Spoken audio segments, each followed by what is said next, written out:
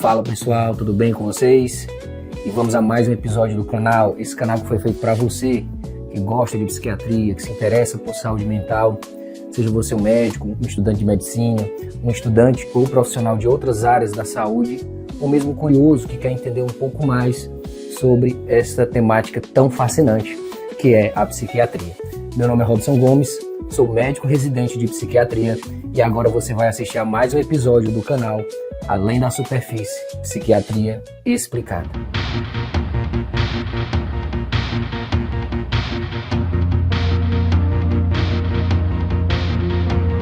Hoje o tema é psicopatologia do eu.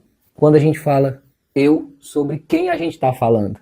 Não é necessariamente sobre mim, não é necessariamente sobre você que está assistindo esse vídeo agora, e é sim sobre uma estrutura mental muito específica e muito interessante, muitas vezes muito subjetiva de ser compreendida. Esse episódio, assim como a maioria dos episódios sobre psicopatologia, usei como base o livro do professor Paulo Dalgalarrondo, que é um professor de psicopatologia, se eu não me engano, da Unicamp, e é um livro excelente, e ele consegue trazer com muita profundidade esse tema que se refere ao eu. Existem na psicopatologia 3 estruturas, ou o que o professor Dalgalarrondo fala, que são as funções mentais complexas, que são praticamente inalteradas, ou são muito pouco modificadas ao longo da vida. Uma delas é a personalidade, que nós já tivemos a oportunidade de conversar em 2 vídeos aqui no canal. Um sobre introdução à personalidade, conceitos, a história, e outro sobre os transtornos de personalidade. Outra estrutura, outra função mental complexa, que nós ainda não tivemos a oportunidade de falar aqui no canal, que é a inteligência. E por último, aquela estrutura mais estável, aquela função mental mais única, mais indivisível que nós temos, que é a estrutura do eu. E também existe o que nós chamamos de self, que a gente vai conversar um pouquinho mais para frente. Mas o que seria o eu? A que se refere essa estrutura mental? É essa vivência de identidade que permanece constante, estável, indivisível ao longo do tempo.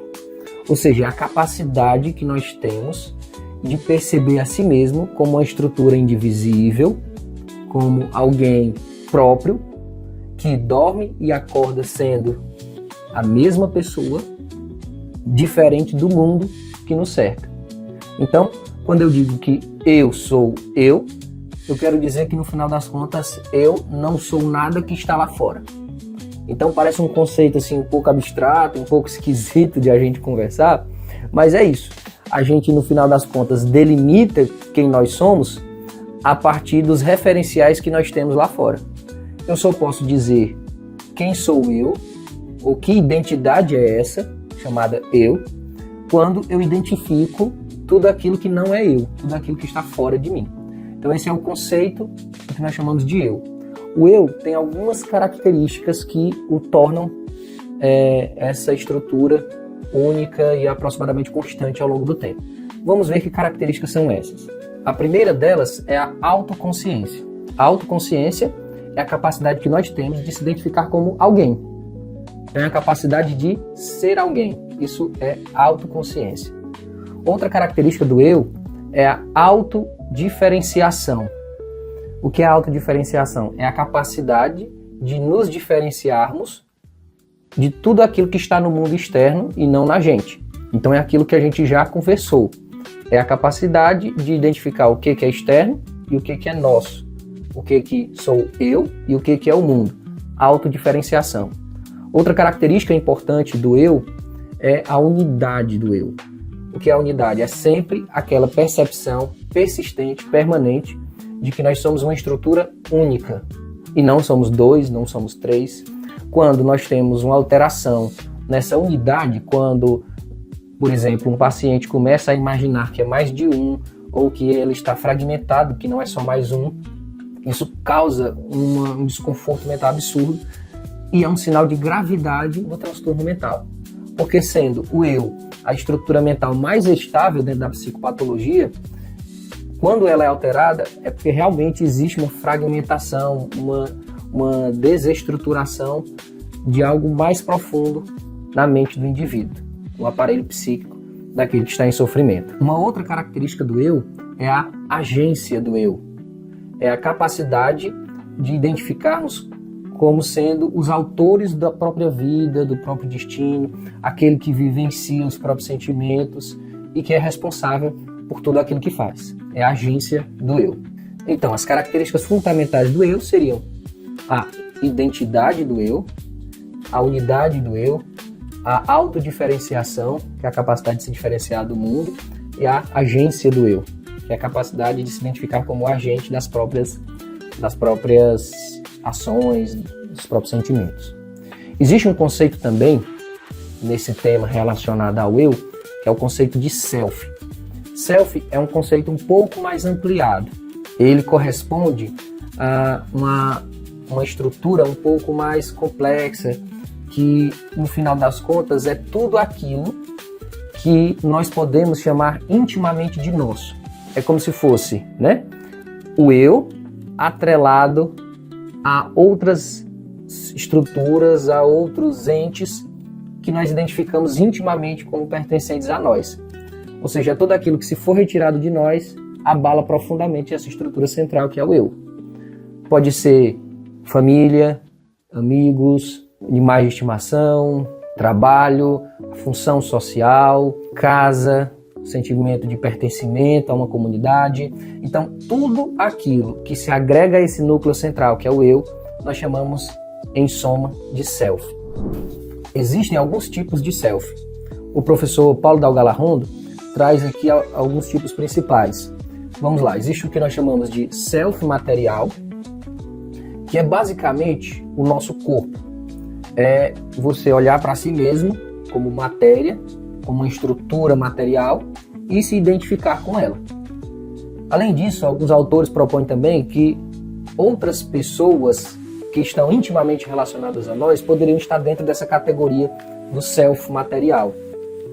Por exemplo, famílias, amigos próximos, tudo isso pode ser o self material.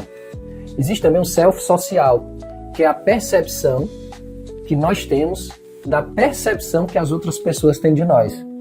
Então, no final das contas, nós podemos ser percebidos de uma forma por um grupo, por exemplo, família. Nós podemos ser percebidos de uma forma pelos amigos mais próximos, podemos ser percebidos de outra forma por profissionais que estão ali junto com a gente no nosso trabalho e assim por diante. Então, o self social, ele tem vários núcleos. Então, é como se cada pessoa tivesse vários self sociais, de acordo com várias percepções que grupos ou que pessoas podem ter sobre nós. Existe também o que nós chamamos de self anímico ou self psíquico, que seria a estrutura mais profunda, mais relacionada à subjetividade de cada pessoa. Sentimentos, os desejos, as motivações, cognição, tudo o que está mais profundamente na psique e que se identifica, que possa se identificar consigo mesmo, é o que nós chamamos de self anímico ou self subjetivo ou self psicológico ou psíquico. Uma segunda parte deste vídeo que eu quero trazer para vocês é a psicopatologia propriamente do eu e do self. São as alterações que nós conseguimos ver na prática clínica dentro da psiquiatria, analisando e observando nossos pacientes. O primeiro tipo de alteração que nós podemos encontrar no eu é o que nós identificamos como alterações da percepção do eu. E aí nós temos duas alterações principais, que são a despersonalização e a desrealização. A despersonalização é um sentimento de estranheza em relação a si mesmo. É como se naquele momento que você vivencia este episódio, você estivesse olhando para si mesmo de fora. Isso causa uma angústia absurda. Quais são os transtornos mentais, quais são as condições que nós observamos mais essa despersonalização, essa alteração da percepção sobre si mesmo? Principalmente em contextos ansiosos muito intensos, por exemplo, em crises de pânico, em transtornos depressivos graves, em episódios dissociativos, em crises de instabilidade de transtornos de personalidade e mesmo em episódios psicóticos da esquizofrenia, por exemplo.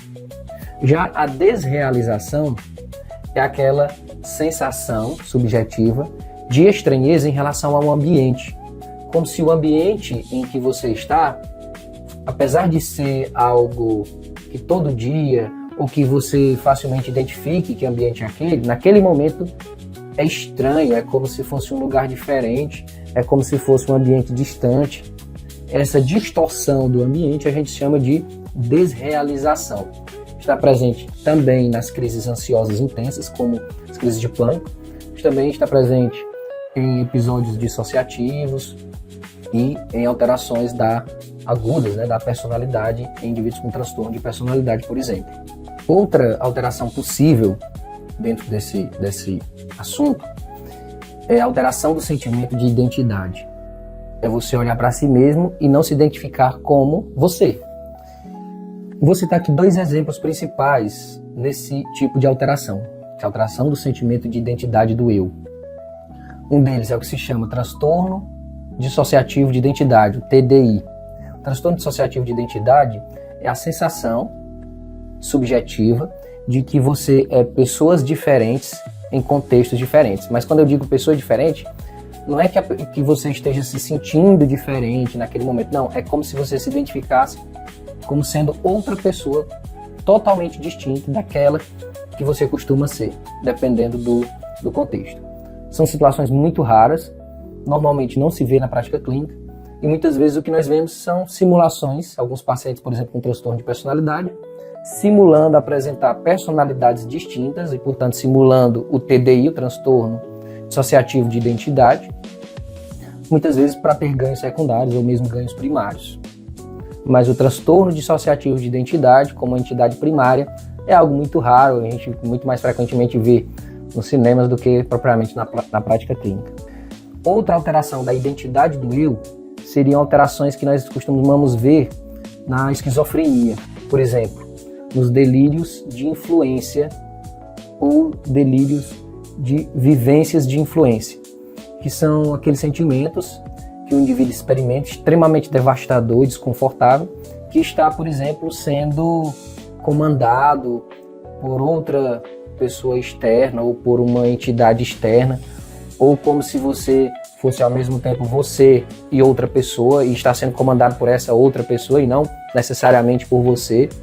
Isso também reflete uma alteração na unidade do eu. Existe uma fragmentação naquela estrutura psíquica como algo único, e você, por exemplo, pode se vivenciar como uma dupla estrutura, uma tendo a capacidade de comandar a outra e aquilo se repercutindo numa estranheza, num desconforto absurdo, que é frequente, são alterações muito complexas nos transtornos psicóticos. Os episódios dissociativos também costumam apresentar alterações significativas do eu. O que é uma dissociação?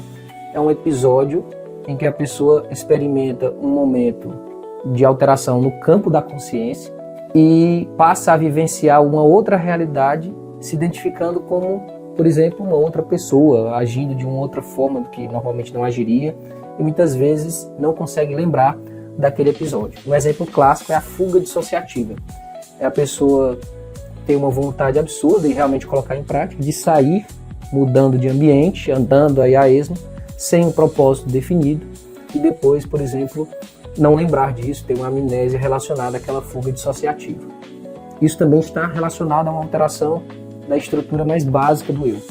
Os transtornos também que muito frequentemente identificamos alterações do eu são transtornos de personalidade, principalmente transtornos de personalidade borderline, em que o paciente muito frequentemente tem a sensação de que não é uma pessoa só, porque uma hora está com um estado de humor, por exemplo, deprimido, outra hora está com um estado de humor eufórico, outro momento apresenta-se com um estado de humor disfórico, e isso faz com que, na prática, observemos muitos pacientes se queixando, dizendo assim: doutor, eu acho que eu não sou uma pessoa só, é como se eu fosse várias pessoas. Esse tipo de alteração também é uma alteração na identidade do eu e relacionado principalmente a instabilidades afetivas, que faz com que o indivíduo tenha essa sensação de que não é uma única pessoa, não tem uma única identidade. Por último, gostaria de falar de uma alteração do eu que acontece no transtorno de personalidade narcisista. As personalidades narcísicas costumam insuflar muito o eu, ou o self, valorizando muito o eu e voltando-se muito às qualidades do eu, em detrimento das qualidades que o mundo externo possa oferecer. A psicanálise entende esse movimento de supervaloração do eu como uma tentativa de compensar uma instabilidade, uma fraqueza, ou mesmo algum tipo de insegurança relacionada a si mesmo. Então o indivíduo pode ser tão inseguro de si mesmo, da capacidade do eu, que ele tenta de forma reativa insuflar esse eu, e ele se manifesta com todas aquelas características que nós conhecemos dos indivíduos com transtorno de personalidade narcísica. Então é isso. Nesse vídeo a gente pôde conversar sobre um tema que costuma ser pouco falado, é um tema muito subjetivo, realmente envolve conceitos assim, de certa forma abstratos, mas que é interessante a gente conversar para a gente entender que existem muitas situações na prática que cursam com alterações profundas nessa estrutura tão estável que é o eu. Então, se o indivíduo está numa situação de sofrimento ou numa situação de um transtorno psíquico em que ele tem dificuldades de diferenciar o eu do restante do mundo, ou de entender a si mesmo como uma entidade, como uma unidade ao longo do tempo, então realmente você entende que é algo muito grave. Por quê? Porque dentro das funções mentais, das estruturas do nosso aparelho psíquico, o eu é aquela considerada mais estável, mais indivisível entre todas. Então era isso que eu queria trazer para vocês agora, mais um vídeo aí de psicopatologia aqui no nosso canal. Se você gostou do vídeo, deixa aquele like, comenta, digam aí o que vocês gostaram desse vídeo, o que poderia melhorar. E se você não é inscrito, peço para que você se inscreva no nosso canal, para ajudar o nosso canal a crescer e eu possa trazer muito mais conteúdo aqui. Você acabou de assistir a mais um episódio do canal Além da Superfície, Psiquiatria Explicada.